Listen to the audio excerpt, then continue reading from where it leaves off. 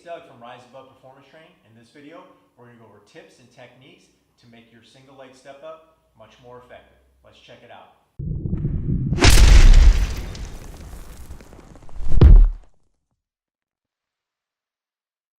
So the single leg step up is primarily used for hip extension or straightening of the leg, which helps with vertical jump or horizontal power with running or sprinting.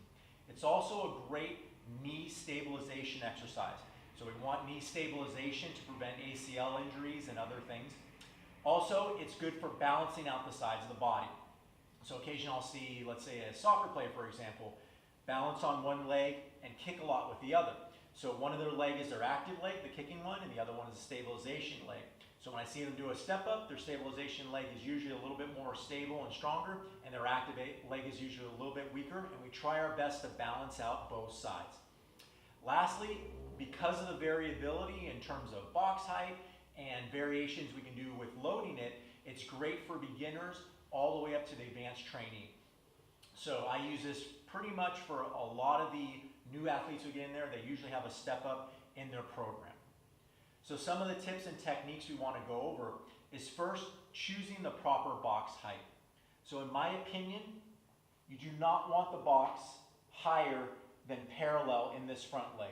This box is perfect for me and my height, so I wouldn't go higher than this. If someone's taller, they can obviously go a little bit higher box, but we don't want the knee way up here with a lot of flexion. A lot of flexion can put pain in the knee or even cause patellar tendonitis. Also, most sporting activities are not going to have your leg way up here to generate power. You might bring your leg up here for a flexibility purpose, but you're not going to have the leg up here and try to generate power that way. It's just not very efficient with leverage. So choose the proper box height. You can also lower the box. So what I would do for someone that's new or having trouble with the movement is just get a lower box. So anything parallel or lower is good. Also with variations, so let's say we're doing a more advanced variation with the barbell on the back, we can lower the box to be successful. We want to keep alignment as well. One of the most important things with alignment is making sure the knee does not collapse, either going upward or especially going down. When the knee collapses, the structure is not there, and that puts a lot of stress on the ligaments, and that can cause ACL pain or even injury down the road. We don't want to pattern that, so when they go out in the sporting environment, they're collapsing their leg, and that happens. So what we look for is good posture, good alignment with the body, and then making sure that does not happen. I kind of felt it as I went up. So I'm going to keep structure, keep my knee right over the shoelaces, stand up tall, drive up, and then control my body down.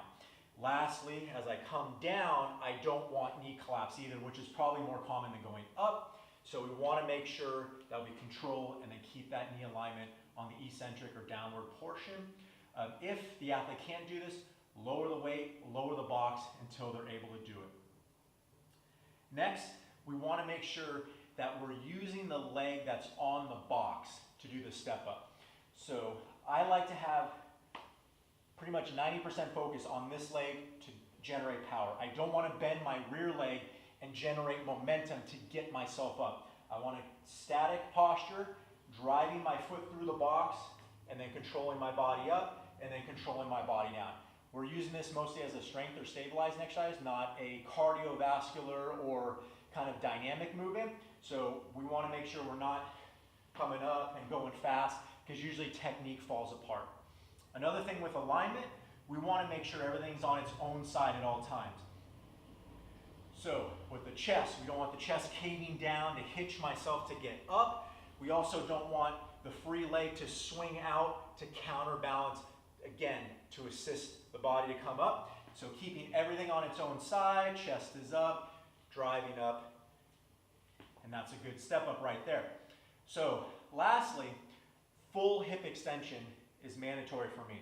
So what I mean by that is you're going to stand up fully on this leg before the other leg touches down to activate the glutes, stabilize the knee and ankle. So we're going to get all the way up, then I can put this foot down and then control all the way down. What I see sometimes, if it's too heavy or the one side's a little bit weaker, they generate just a little bit of strength here and then swing the other leg up without finishing their hip. You're not getting much benefit out of it, so if they can't push their foot through the box and through the floor, lower the box, lower the weight until they're able to, use their glute and extend their hip. And in that way, they will get the most out of the step-ups. Thanks for watching. If you like the video, please like it below. If you really like the video, please subscribe. I'm going to put out a new video about every week or so. Next time I'll probably go over some variations of the step-ups. So until then, practice the step-ups, and we'll see you soon. Rise above, we're gonna rise above. Make this sport what we say. Rise above,